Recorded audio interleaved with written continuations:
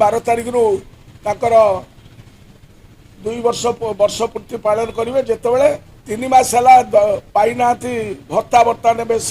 सारा राज्य में वरिष्ठ नागरिक दिव्यांग माने आंदोलन में बसी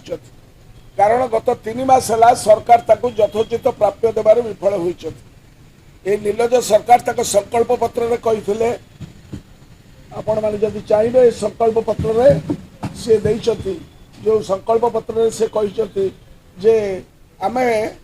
समस्त 3000 मधुबाबू पेंशन योजना तथा जातीय सामाजिक सहायता योजना अनुसार सबू हिताधिकारी को 3500 टका देवे बोली कही भंडे देले जो 1000 टका नवीन बाबू देते ताकू एपर्यंत जाके से दे पारना तेणु लक्ष लक्ष लोक उपवास रोचती बुढ़ा बुढ़ी माने जो मानकर गोटे कार्यक्रम है शेष ताकर माने ताकर सहारा है ए भत्ताटी।